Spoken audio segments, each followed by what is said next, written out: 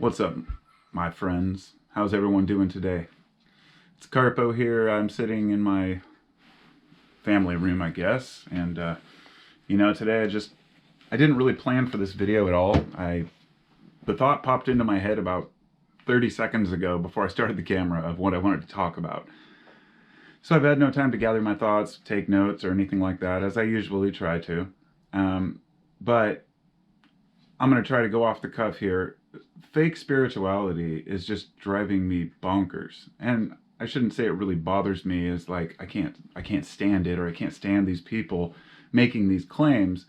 But every time I come across some kind of bullshit new age hippy dippy, right? The kind of term people like to use for that. And it's funny because people always accuse me of being a hippie, right?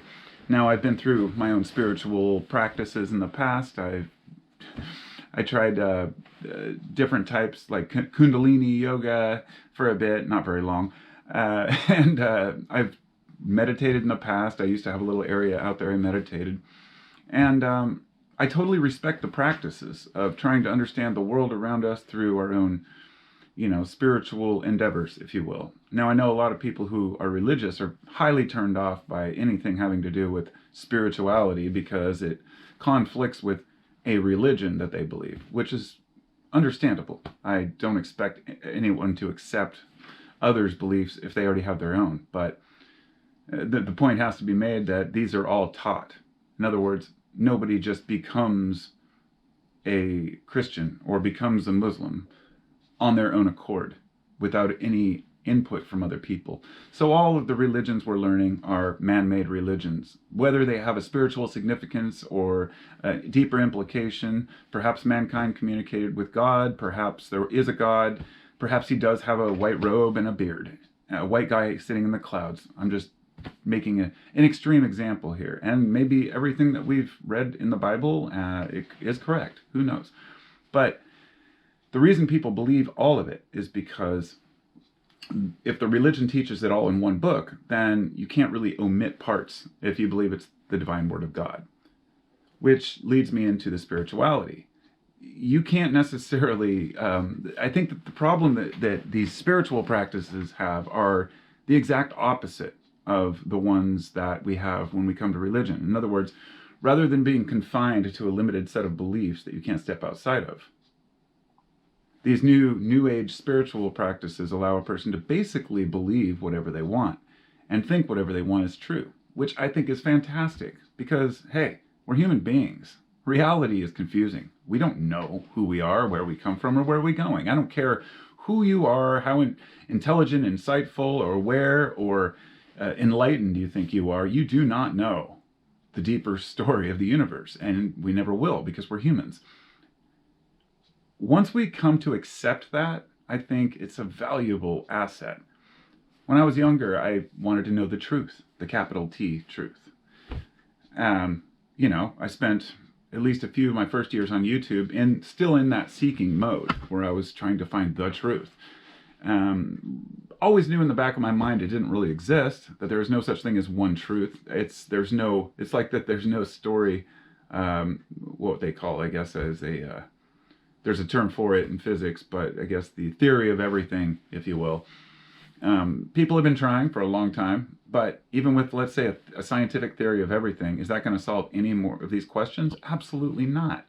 Okay, so gravity deals with time, which deals with matter. How does any of this affect us in our lives? What we want to know is, how do we live our lives to our fullest? How do we benefit not just ourselves, but others around us so we feel happier and better, and more content?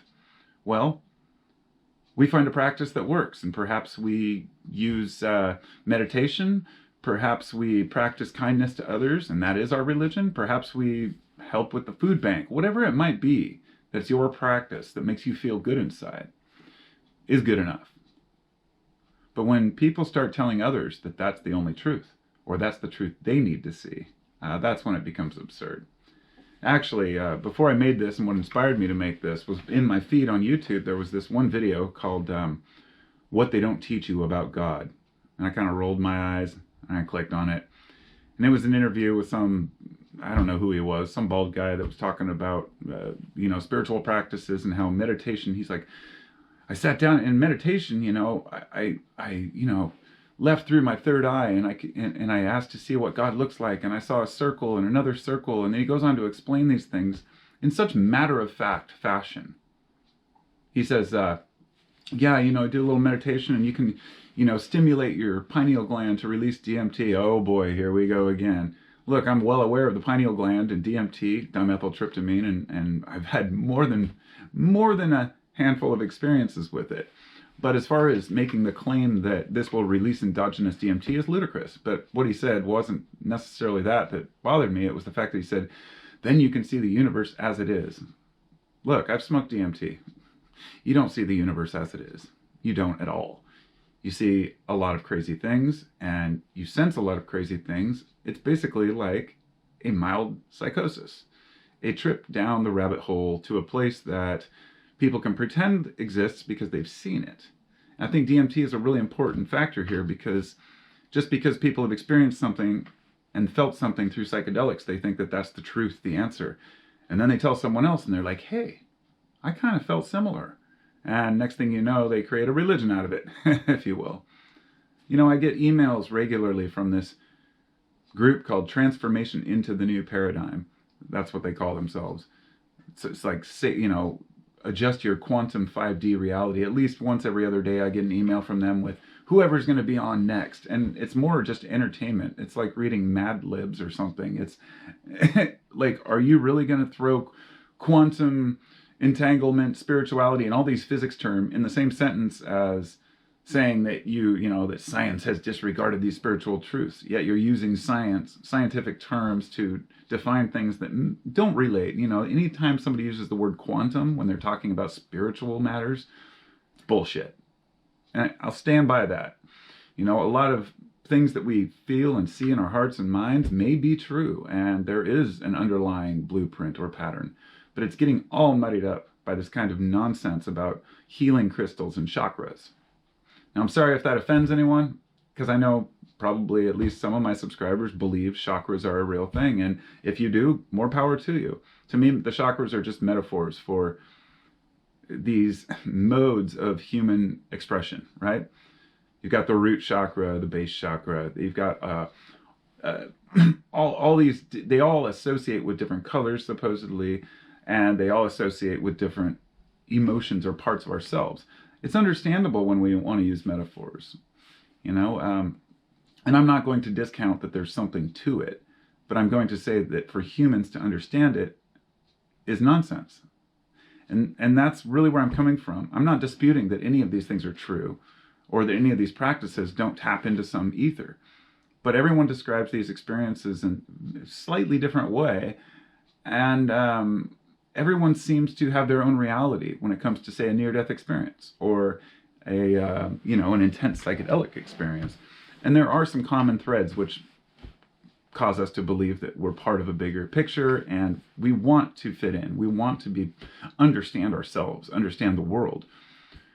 But I really think it's selling ourselves short. When we start believing some of these people, it's not necessarily the problem of belief. It's the problem of the amount of money people spend on some of these courses. Well, sure, everything's free until you want to join a internet webinar, which is, some series or course that's like $500. Oh, you're getting a huge discount. There's one guy, David Sereda. He sells bullshit online. He always has. He just spits a bunch of nonsense. Fortunately, not a lot of people really take him seriously, but enough do to where he sells these $5,000 wands. He calls them, wands. $5,000 up to $10,000 and more. It's basically a Maglite flashlight where they've removed the bulb and everything, and they put a different little thing in the front with a little ruby crystal, which is probably glass. And what they claim it has gold and all these different things in it that are going to help you achieve some sort of a spiritual state or cleanse your spirit, whatever it might be. My question is always the same, because I've emailed people like this and said, how does this work? And they always back down. One of these guys, or how do you know it works? How have you tested it? Where did you get this idea? There's one guy named Tom Palladino who has a channel on YouTube, and I can't help but go to his channel. I subscribed years ago, and every time he posts something, I go and let people know this is probably bullshit, so you shouldn't do it. His idea is you send him a photograph of yourself. He puts it on what he calls a scalar emitter machine. And I'm well aware of what scalar waves are, and they're not well understood. And there is a such thing called scalar energy, but it's not something that is harnessed by some random human in his garage with a little device that he puts a picture on and claims he can heal all of your wounds, or heal all of your inner problems, all different types of viruses and bacteria, as well as it assembles 186 different nutrients in your body automatically from remote distance. 2-week free trial, right? You've heard it all. So these guys are out there trying to make a few bucks, but it's harming everyone. At least that's how I feel. So I just wanted to make a few notes of that. Be aware of what you're buying. Don't buy into the snake oil crap. And find your own spiritual practice that works for you without spending thousands of dollars on garbage that's not going to help. That's all I got. So thanks for listening. Talk to y'all next time. Feel free to leave a comment. Be well.